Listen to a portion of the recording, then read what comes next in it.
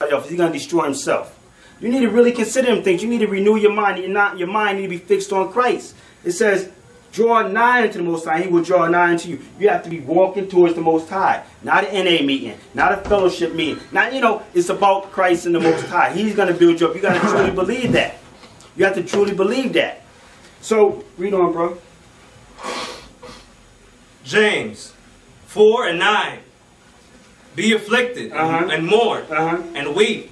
Yet your laughter be turned to mourning. Let your laughter be turned to mourning. It says, be afflicted and mourn and weep. As the land was saying, for I sent you out with mourning and weeping, but the Most High will give you to me again with joy and gladness. This was the land weeping and mourning. Now it's time for you to weep and mourn for all the madness being done on the earth, for all the madness you done in the earth. It's time for you to weep and mourn. It's time for you to start building yourself up, man. It's not about being proud and being high-minded. It's about lowering yourself. Spiritually lowering yourself. Or as far as who you think you are, what you're about. You're nobody. You're nobody. When you're walking with Christ, you're somebody. When you're out on the earth, you're nobody. Everybody, they build people up and they tear them right down. This is what the earth do. They build you up. Yeah, he's a star. Right, Mike Tyson. He was the world's famous boxer, dangerous man. He was #1 contender. But as soon as they got tired of him, they tore him down. They can't do that to you on this side. He that is spiritual cannot be condemned. He that is spiritual will not be condemned. But if you're carnal, if you run the race of the earth, you'll be torn down, man.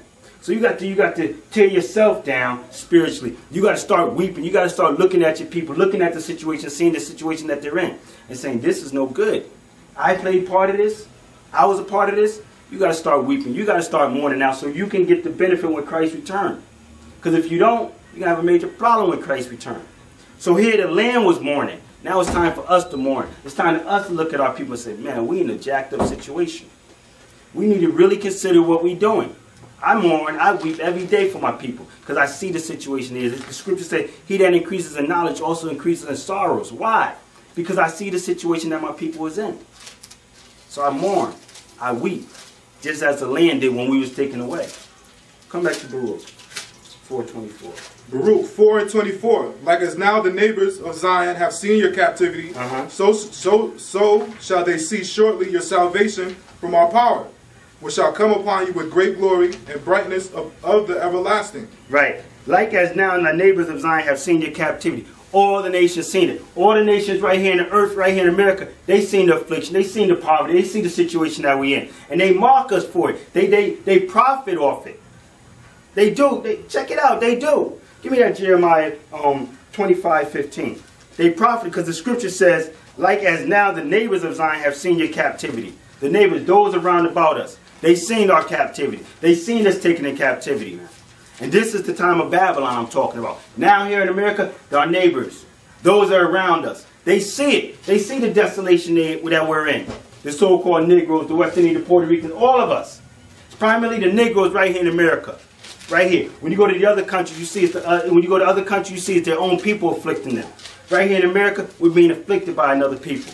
Our captivity, everybody sees it. Give me that Jeremiah 25. Jeremiah 25:15. For thus saith the Lord power of Israel unto me, take the wine cup of this fruit at my hand, and cause all the nations. Take the wine cup of this fury. Jeremiah 25:15. For thus saith the Lord power of Israel unto me, take the wine cup of this fury at my hand, and cause all the nations to whom I send thee to drink it. All the nations round about us to drink it. This is understand. This is why the nations deal with us like this. It's not because they hate us. It's because the Most High put it in them to deal with us like this. Why? Because of our transgression, because of our disobedience to the Most High. He put it in them to deal with us like this. Read on. Jeremiah 25:16. And they shall drink and be moved and be mad because of the sword that I will send among them. Then took I the cup at the Lord's hand, and made all the nations to drink, unto whom the Lord had sent me. All the nations, not excluding none of them. All the nations have drunk of the cup of the Lord's fury. To deal with us rough. Check it out.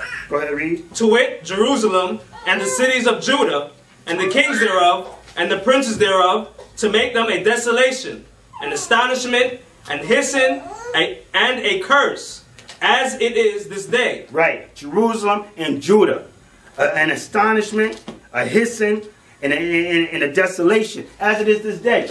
The people are the astonishment. We're astonishment. Look at them Negroes. Look at them niggas. Can you believe them? Look at them Israelites. Can you see what they doing? Oh, they are disgrace. Don't marry them. Don't deal with them. Just use them for your benefit. That's how they deal with us. They don't care about us. They don't love us. The Most High love us. But He's punishing us now because of what we did to Him. This is what it's all about. So the scripture says, all of our neighbors have seen our captivity. Like as now, the neighbors of Zion have seen your captivity. They seen it. We're still in it. Give me that Baruch, the 3rd chapter. We are yet this day in our captivity. Baruch 3 and 8. Behold, we are yet this day in our captivity, where thou hast scattered us, for a reproach and a curse, and to be subject to payments, according to all the iniquities of our fathers, which departed from the Lord our power. Right. This day, 2006, we are still in captivity because of the iniquities of our fathers. Those iniquities that we're still walking in. The same things that we're still doing. So when are we going to change it up? When are we going to say enough is enough? When are we going to keep following when are we going to stop following the lies? Yeah, a lot of us are happy in the lies. But this is the same problem. This is why the Lord brought all these nations upon us to deal with us. That's why the Arab is across the street. That's why the African is down the street. That's why the Chinese is over there selling us their foods, their product. Because they know what we want. How did they find out what we want? Because they've been briefed by the other nation that's over us, that took us into captivity. We're going to set you up in these communities. We're not going to give them the money. We're not going to give them the economics to build up their community. We're going to bring the other nations in. And we're going to set y'all in their neighborhoods, in their community, and you're going to sell them to them. You're going to oppress them. You're going to call them all type of niggas. You're going to, you're going to despise them. You're going to deal with them rough. And when they act up, just call us and we'll be there for you. That's how they deal with us. That's just how they deal with us. But you don't see that. Them, the Arab come over there and then we calling them brother. Assalamu alaikum. Come on, man. We ain't Arabs. We're not Muslim. I'm the house of Israel, man. Come back. Finish that. Finish that Jeremiah. Jeremiah 25 and 19. Pharaoh, king of Egypt, and his servants, and his princes, and all his people. Right, stop. That's it. What is going into now? It's going into all the nations. It's going to all the nations that the Lord called over us. He runs them down. And all these nations that the Lord goes through, you can finish reading this for yourself, but all the nations that the Lord goes through, these was the nation that was around about us when we was in Babylon, when we was in our own land. But these are all the nations that's still around us right here in America, the big melting pot. They're all still around us, and they still deal with us the same way. They still deal with us the same way. Come back to Baruch. Baruch 4. I'm sorry, give me the Isaiah 60:1. Because what we're looking at, we check, it's 2 parts within this verse. It says, like as now the neighbors of Zion have seen your captivity, so shall they shortly see your salvation from our power, which shall come unto you with great joy and brightness of the everlasting.